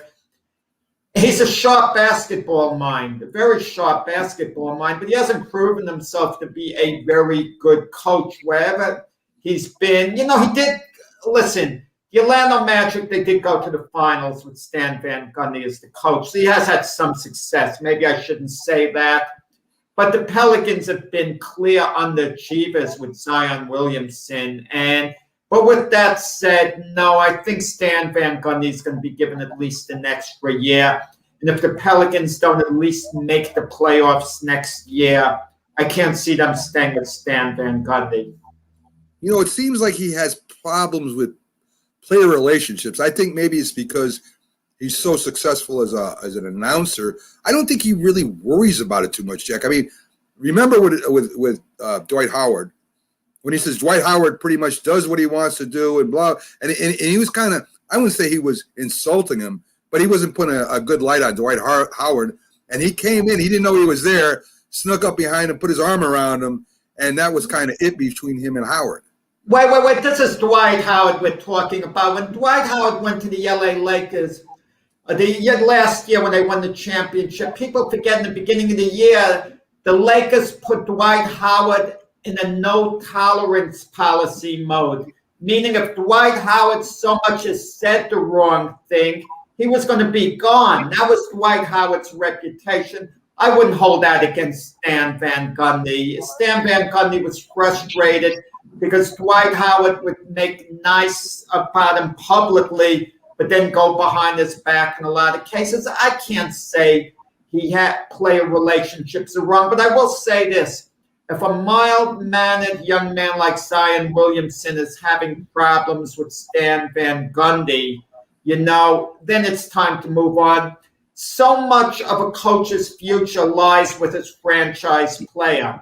If his franchise player is really going to go to bat for him, his chances of surviving in that coaching position are so much greater. Look what LeBron and Tyronn Lue, the difference that made. And it so much comes down to the franchise player. But listen, Stan Van Gundy, what are they, like 25 and 34 this year, thereabouts? The Pelicans have really underachieved. I agree with that, Jack. Last year, I think they made the playoffs because, of course, it was a COVID thing, and almost everybody made the playoffs. They had some kind of tournament or something. I forget exactly how it worked, but they did get in. I think they expanded the team, so let Zion. As I remember, they lost to the Grizzlies. The Jay Morant beat them out for the last spot. I don't think they got in last year. I don't have a recollection, but I don't think the Pelicans got in last year. But they've certainly underachieved this year with the talent they have. And Stan Van Gundy's stop before that was with the Detroit Pistons. They never got it going with them. And, what can I say? And then he was with the Miami Heat. Pat Riley replaced them with himself. And the Miami Heat wound up winning the NBA title, the year Riley was the coach replacing Van Gundy. So, listen, I don't want to knock Stan Van Gundy. He's a sharp basketball mind. He's a basketball lifer, nice guy. But, sometimes you just got to do a little better in the position that you're in. I agree, Jack. Good morning to you, Tom. And Tom kind of says it is true. He's been a model citizen right now in Philly for a while. Absolutely. And he was a model citizen last year with the Lakers. But Tom, was he a model citizen before that? I mean, let's be honest about it. Dwight Howard's NBA career hinges on him being a model citizen right now because he pushed the envelope to the point where he looked like he wasn't even going to have a job in the league. But he's been great the last couple of years. And, we'll give him his due in that regard. Definitely. The Super Bowl will be at full attendance when it's played, Jack. Well, you're talking about February, March, April, May. You're talking about, 9.5 months or thereabouts. Who knows with COVID? I mean, what does my opinion matter? My opinion is no more insightful than anyone else's in predicting the future in that regard. But I would think, with the vaccines and everything coming out, we're going to have full attendance at the Super Bowl. Will it be recommended that people wear masks? Will it be optional? I'm sure a lot of people still have masks on, But my guess is, yeah, there will be full attendance by the next Super Bowl, which should would take place sometime, I would think, in early February 2022. Yeah, I think so too, especially being in Florida, Jack. I think But it's that going to happen. That's the answer. It's going to yeah, happen. I think so too. I mean, if it was up here in Northeast, maybe not. But being down in Florida, I think definitely is going to happen. And last one for you, a local AFC East prediction: the Bills win the AFC East. Jack, is or ain't going to happen? You know, the Jets certainly aren't winning the AFC East. The Patriots, they've rebooted, spending a lot of money in the offseason, getting new personnel that could help the team, and the draft upcoming. I don't see the Patriots recapturing the top spot. Are the Miami Dolphins ready to surge under Brian Flores to overtake the Buffalo Bills? I'm going to say it right now. I could change when I sit down for my preseason predictions. So this is just a tentative, ain't going to happen. I'm going to say the Miami Dolphins, who have all this draft capital, going number 3 and number 18, plus winning 10 games last year, Tua having more experience, and their team really on an upward surge.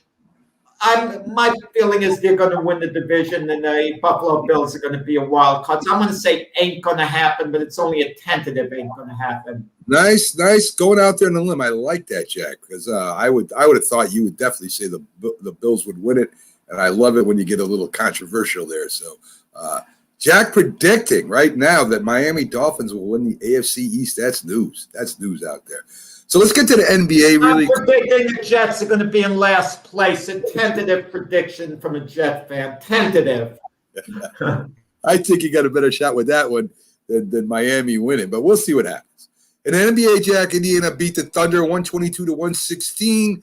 Washington over San Antonio 118-114. Cleveland beats up Chicago 121-115. The Jazz over Houston 112-89. The Heat beat the Spurs in a good game. Dallas wins 127-17 over Detroit. Denver barely wins their game. The Kings 128, Minnesota 125. The Clippers over the Grizzlies 117-105. And the locals, Jack, the Raptors beat the Nets. Kyrie the high scorer, but no Durant. And of course, as we know, there's the 2 of the top 3, I should say, are out right now. So we'll see what happens. But with this playoff format, I mean, the top 6 teams are considered playoff teams, and then you have 7, 8, 9, 10 who have their own little tournament. They're not officially playoff teams, but in reality, they are. So the top 10 teams get to play after the regular season's over. Toronto, who seem to have fallen off the radar, I think they're 1 game back from the 10th spot. They got Kyle Lowry back. Right. So who knows what's going on? And certain of the teams are going on little winning streaks. They're surging a little. Even a team like the Washington Wizards, I think they're in the 10th spot or something now. And, and with Westbrook and Beal, they could be an annoyance to someone. The Miami Heat have won 3 in a row. And look at the Knicks, Matt. 8 in a row. Pick up the Knicks. The Knicks in the 4th seed. Are you kidding me? They're not going to go higher than the 4th seed because the Milwaukee Bucks on the 3rd seed and a few games ahead of them. And Milwaukee, unless they suffer, an injury to one of their key players, they're not going to fall down enough for the Knicks to catch them. And the Knicks are barely in the 4th seed, barely. The Knicks could easily, fall out of the 4th seed and go all the way down to the 7th or 8th seed in the matter of 1 week. So let's put it in perspective. But this surge with the Knicks when they went on the 500 to win 8 games in a row, Are you kidding me? And you kind of won the MAC. Do you think the Knicks, if they get in the playoffs, could seriously threaten the Nets in the Sixers? I don't mean bother them and take them to 6 games in the best 4 out of 7, but actually win a 7-game series. Do you think they could actually pull that off? As you said, 8 in a row. They beat the Hawks in overtime, 137-127. Randall, I mean, I said it before, Jack. I mean, I've just recently started saying that with 40 points and 11 rebounds. Why isn't he in the discussion for MVP? I don't, Philly guy said I'm being a homer. I'm being honest. I mean, the man is doing his thing, and without him, the Knicks wouldn't even be close. You got Quickly coming off the bench with Rose, both getting 20 points each. I mean, you're getting bench players. They just signed Norvel Pele, who's kind of replacing their starting center Mitchell Robinson, but it's giving him another bench player. He's around the hoop. He can block shots. I mean, the Knicks, I don't want to say remind me of the old Pistons where I'm not going back to the bad boys. I'm talking about recently where defense won the games. They got one of the best defenses in the league. In fact, they're number one. Not recently, Matt. This Piston team is awful. True. Okay, I saw him play the Cavaliers the other night, and you could see the quality was done. You're talking about it about 15 years ago, a decade. Yeah, their most recent championship team, Jack. Right. All about defense. Under Larry Brown, yeah. Right. Where it was all about defense. There was not. I mean, I guess you could consider them superstars after they won the championship, but nobody saw that coming. I'm not saying the Knicks are that good, but I'm telling you, they're close. They're very close. I think they could beat the Bucks in a 7-game series. Could they beat the Nets or the 76ers? I don't think so. But I think they could beat the Bucks in a 7-game series if there was some way to get up against them. Well, I'm going to tell you, they beat a good Atlanta Hawk team yesterday in overtime, and this is a Hawk team that was on a nice winning run of their own. So, they're number teams and they're number players who could maybe be picked up cheaply. An example could be take Frank Kaminsky, who was a great college player from Wisconsin, who was drafted in the first round. He's with the Phoenix Suns now, and he's in the doghouse. He just doesn't get to play. You look at the box scores, and he keeps seeing game after game DNP. But, you don't know what coaches think. Look, Austin Rivers. He was with the Knicks. He got off to a good start, and all of a sudden he wasn't playing, and he got waived. And now the latest is the Denver Nuggets picked him up. And you kind of wonder if he could contribute to the Denver Nuggets. Why couldn't he contribute more to the Knicks? And you look at the Knicks young players they drafted. You look at Obi Toppin. Obi Toppin doesn't get a lot of minutes. He might get 10 minutes a game, sometimes a little less. I immediately look to see the amount of rebounds he has. He doesn't shoot that much, but I prorate his rebounds because if a guy is playing 10 minutes and he's grabbed 4 rebounds, I feel he's done a good job while he's been in there. Yeah. Because you prorate it, and let's say you triple 10 minutes to 30 minutes. That would be 12 rebounds, in that amount of time. And that means he's had a solid game, at least statistically, off the boards. Yeah. Listen, Jack. I think if Randall continues playing the way he plays, he should be in the conversation for MVP. He may not be the best player in the league, but if you want to say most valuable, without Randall, the Knicks wouldn't even be in the top 8 this year. There's no doubt. I got to give you and Keith Engel credit. You recognized early on how good Randall could be. I wasn't on board. I wasn't on board at all. And I was feeling a little guilty saying, how could I miss out on how good Randall is? And then I thought of the LA Lakers. They obviously missed out on how good he was also. Otherwise, there's no way the Lakers would ever have allowed him to go. If he was there now, Jack, they wouldn't be going 500. I'll tell you that. If he was there now with LeBron and Anthony Davis coming back, they wouldn't be just one of the teams that could win the NBA championship. They would be favored to repeat. Agree, Jack. And the other locals, the Suns get by the 76ers 116-113. The consensus pick for MVP is Embiid with 38 points and 17 rebounds. Ben Simmons was out. He didn't play yesterday. Yeah, I was just going to say that. Yeah, I was just going to say that. But the Suns are a good team too, Jack. They didn't lose to no scrubs. I mean, the Phoenix Suns are playing really good basketball right now. Yes, Suns are a very good team. They're like your under the radar team. Like we've said before, you talk about who's coming out of the West. talk about the two LA teams, the Lakers and the Clippers. You talk about the Utah Jazz. Denver, the unfortunate injury to Murray, kind of is pushing them backwards. But the Phoenix Suns, no one really talks about them. And like we've said, and they're the one team. I don't think they're coming out of the West. I would be shocked. But when you look at how well they played this year, is it possible that we're all underrating them? Well, I mean, in a one-game situation, Jack, they probably could beat anybody. In a 3-game, no. But in a 5-game, no. Maybe in a 7-game, no. But for a 1 game, they can challenge anybody. So I think the Phoenix Suns are that good. Well, if they're second seed, the number 2 seed, they wind up, let's say, they're gonna play one of the weakest seeds.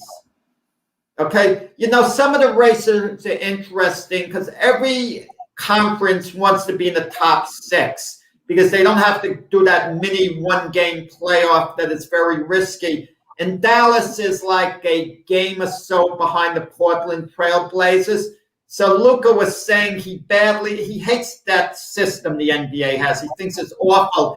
And he says, well, we're trying to get the number 6 spot so we don't have to go through that mini 1-game elimination nonsense. Right. But when you think of it, how can anyone complain? I mean, if you can't get a top 6 seed, you're lucky to even be allowed to play when the season's over, to be allowed to get that lotto ticket.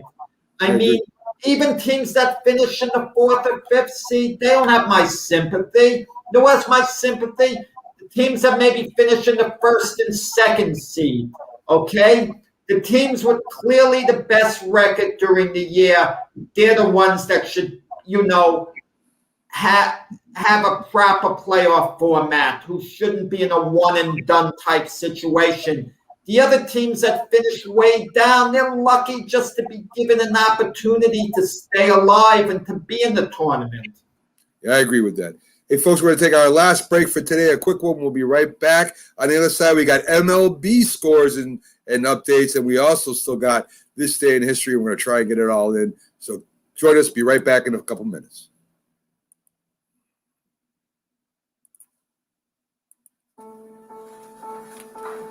We all make choices. When it comes to alcohol, kids make choices whether to drink or not. Bye-bye. Remember, I'm going to Alex's party tonight and sleeping over. Hey, have a seat for a second. Remind me about that party again. Alex is just And adults make choices whether to talk about it. That's true of parents and every other trusted adult in a kid's life. Kids want to know our expectations when it comes to alcohol and other drugs. They want guidance and honest answers to their questions. And it makes a difference when the message is consistent and part of everyday conversations. So talk with your kids and help lead them on a positive path. Because when you talk, they hear you. For more information about talking with your kids about underage use of alcohol and other drugs, visit underagedrinking.samhsa.gov. When you hear the word asthma, you probably think of shortness of breath, coughing, or inhalers. Lots of things can trigger asthma, but the fact is that asthma doesn't just attack, it can kill. But with proper medical management, asthma is controllable. If you experience shortness of breath, wheezing, tightness in your chest, or persistent nighttime coughing, you may have asthma. See your doctor and get the facts. You'll breathe easier. For more information, call 211 Info Line. A message from the Connecticut Department of Public Health, keeping Connecticut healthy. If you talk and they will hear you every single time. Oh, we're getting killed. Yeah, well, Kyle's not here. How come? Kicked off the team. Didn't Tim tell you? Kyle and some other kids got caught drinking beer in the park a couple of nights ago. Really? Yeah, 0 tolerance. He's out for the season. Come on, it's the first offense, right? That we know of. But why should that matter? He knew not to drink. I've made it clear to Matt, that's what we expect from him. What have you said to Tim? Nothing really. You know, a lot of kids try it at this age, so. Yeah, well, a lot of kids don't try it too. I'm not saying that Matt's going to be this perfect kid, but if I don't tell him what we expect and why he shouldn't drink, how's he going to know? You think kids that age really listen? They never admit it, Bill, but they hear more than you think. Talk. They hear you. For more information about talking with kids about underage drinking, visit underagedrinking.samhsa.gov.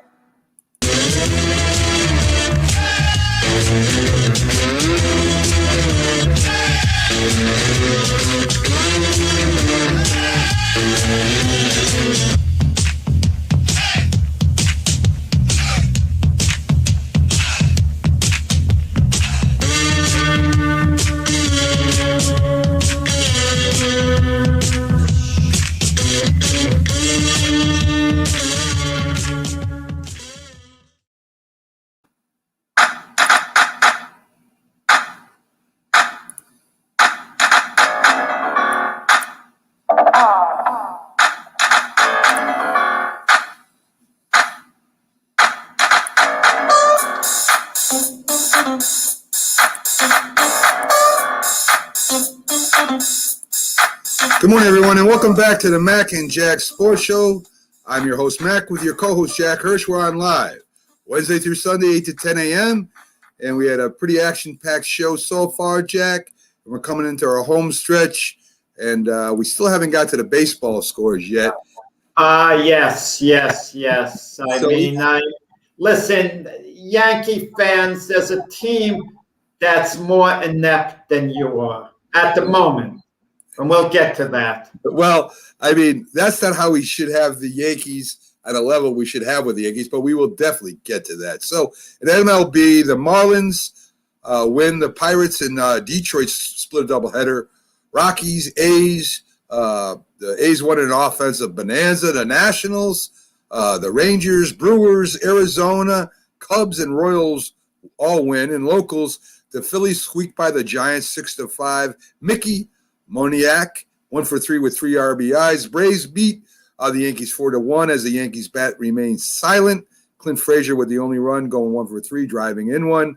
The Blue Jays beat the Red Sox. Starting pitcher Garrett Richards gives up 4 runs in only 4 innings. The Cubs explode for 16 runs, beating the Mets 16-4 with a 7-run fourth inning.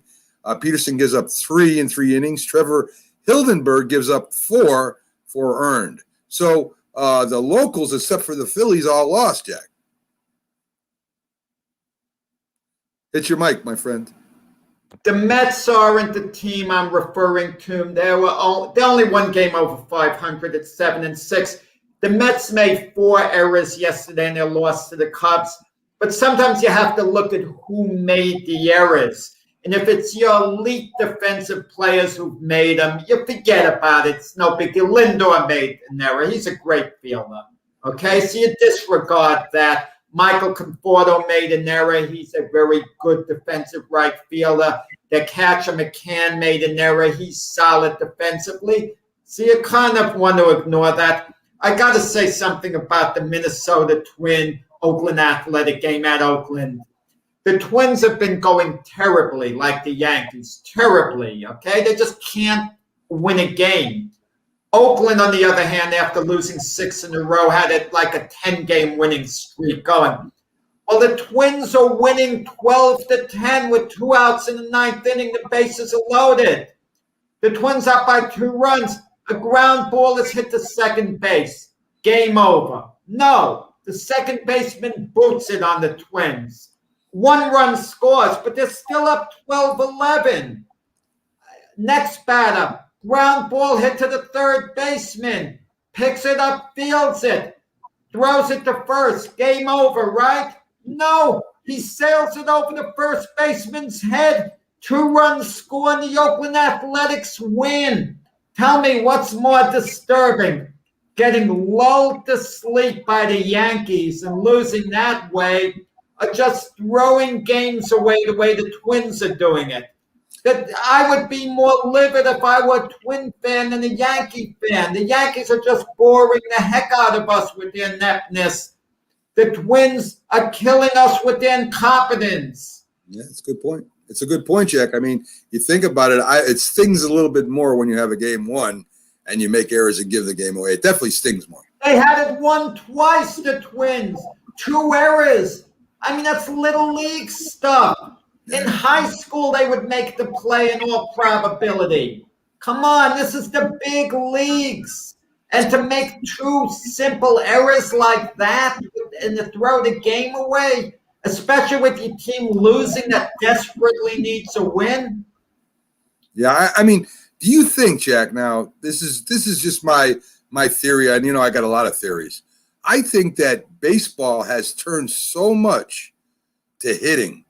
I mean, defense isn't what it used to be. I mean, I don't think that there's so much emphasis or enough emphasis put on the defensive side of real just hitting as it used to be. I mean, you talk about some of these guys that were great hitters were also unbelievable fielders. If you look at Willie Mays, Hank Aaron, and some of the greats, I mean, they fielded their position better than anybody else in the league also and still provided the offense. And the averages today, if you look at the averages compared to the past, I know the game's changed and we can go off and about this for years debating this, but if you just look at the stats, the averages have dropped off batting. I mean, it's come away where they're either striking out or hitting the long ball, or maybe one bloops in there once in a while. But you have a lot of errors, a lot of pass balls, and a lot of not generating runs. So, I mean, when we start talking about today's players, and there are a few that could play good baseball, such as Mike Trout and others that play solid at their position as they do, offensively. But as far as in between now, Jack, it's hard to find a good all-around player now. But Mac, hasn't it always been that way, putting emphasis on offense? We've always understood 300 is a magical batting average. 30 home runs is a magical power number. If you hit 30 home runs in a year, you could be called a power hitter based on that number. If you hit 300 during a season, it could be said you had a very good offensive year based on the 300 average, okay? 100 RBIs is an excellent season for run production. We understand those numbers offensively. We don't know defensive numbers. I mean, what's a good fielding average? We don't know stuff like that, those intangibles. Now it's WAR, wins above replacement, and all that people have a hard time figuring out. And it's always been number oriented, like a magic numbers. Pitching, we've improved that way. We could appreciate a Jacob deGrom. He won the Cy Young Award with a 10-9 record. That wouldn't have happened years ago. So we've come around as far as pitches go. But as far as defense making a difference, I mean, Gio Urshela, he could be great at third base. But unless he puts up big offensive numbers, he's never going to be a superstar. Just the opposite. If a guy puts up big offensive numbers and he's so on defense, we could still regard him as a major star. Yeah, but then you bring up that. Let's bring up Ozzie Smith, right? Offensively, not that good at all, but an all-star, all-pro, Hall of Famer because of his defensive work. And I think that there was more emphasis, Jack, back in the day about your defense. I mean, if you didn't play good defense, unless you were Ted Williams, you would be criticized. And another number that we don't look at anymore as we used to is runs scored, getting on base and scoring runs. I mean, I remember, who led the league in scoring runs, right? That was a big stat. I don't hear that no more. I hear this guy hit 3 home runs in the last 4 games, but they don't talk about how many runs scored, batters. I mean, you would look at Ricky Henderson today. I mean, would he get as much pub today as he did back then with his stolen bases and his runs scored? Now, he was an excellent defensive player, Ricky Henderson. He was very good out there in the outfield. And the amount of bases he stole and he hit.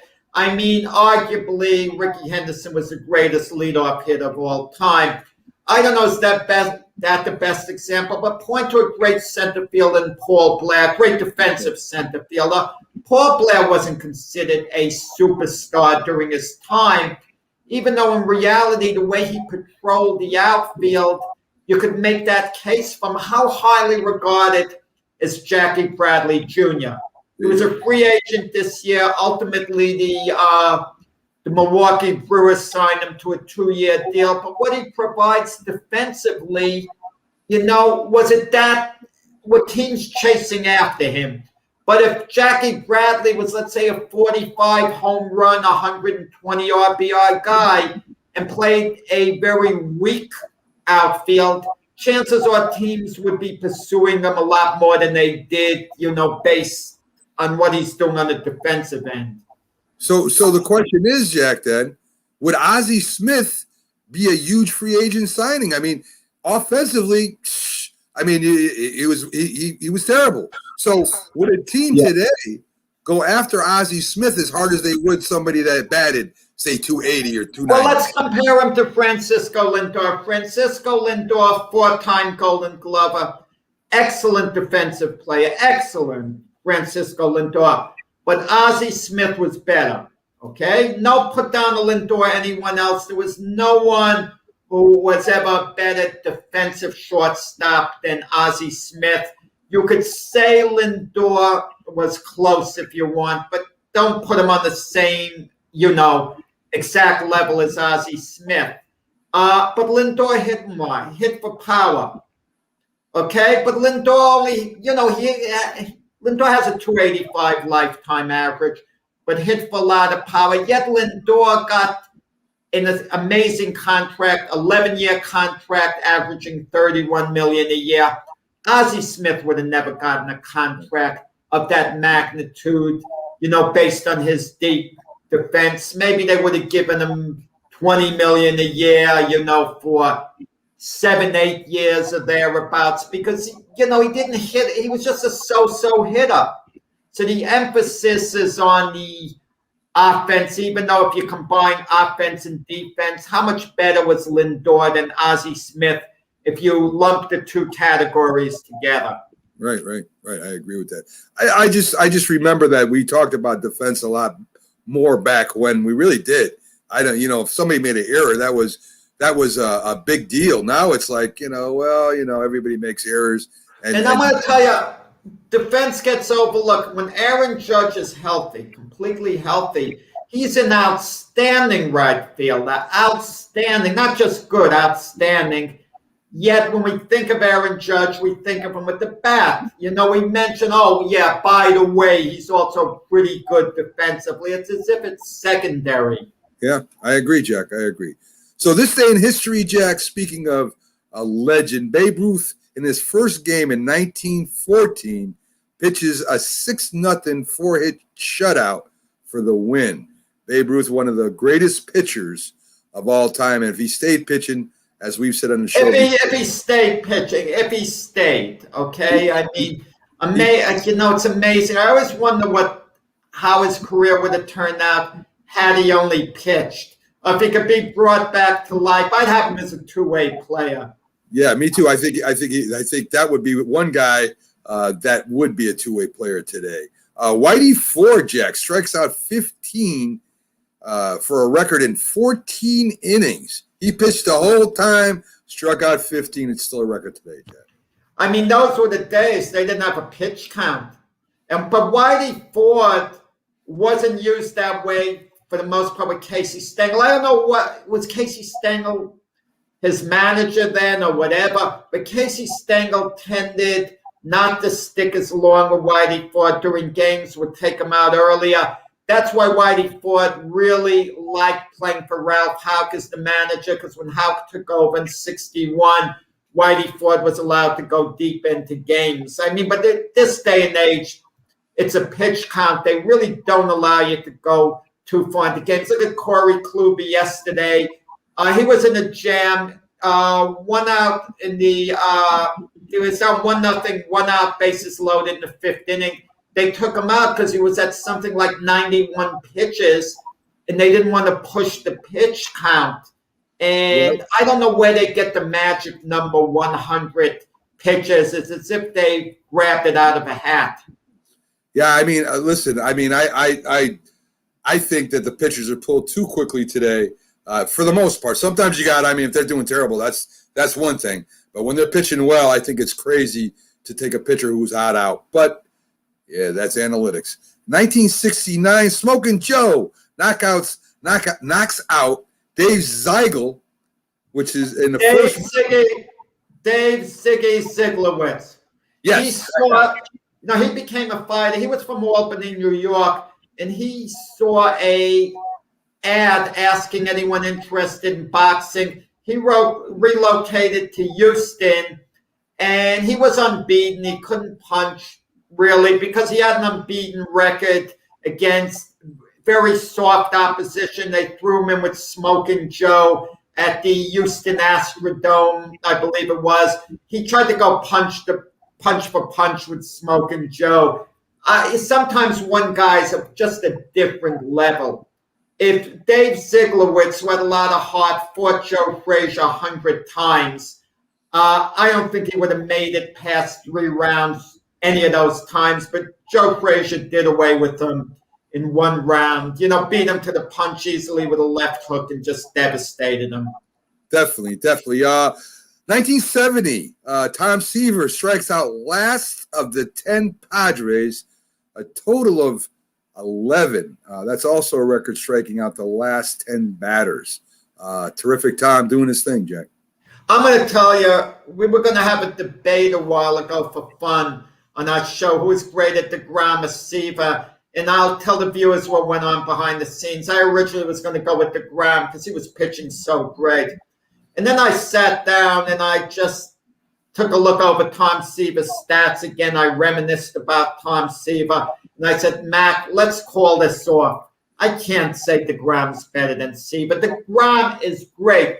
DeGrom right now is Tom Seaver. That's the ultimate compliment. He's doing what Tom Seaver did when Tom Seaver was at his best. Right. That's basically what he's doing. But to call him better than Tom Terrific, I just couldn't do it, even to play devil's advocate.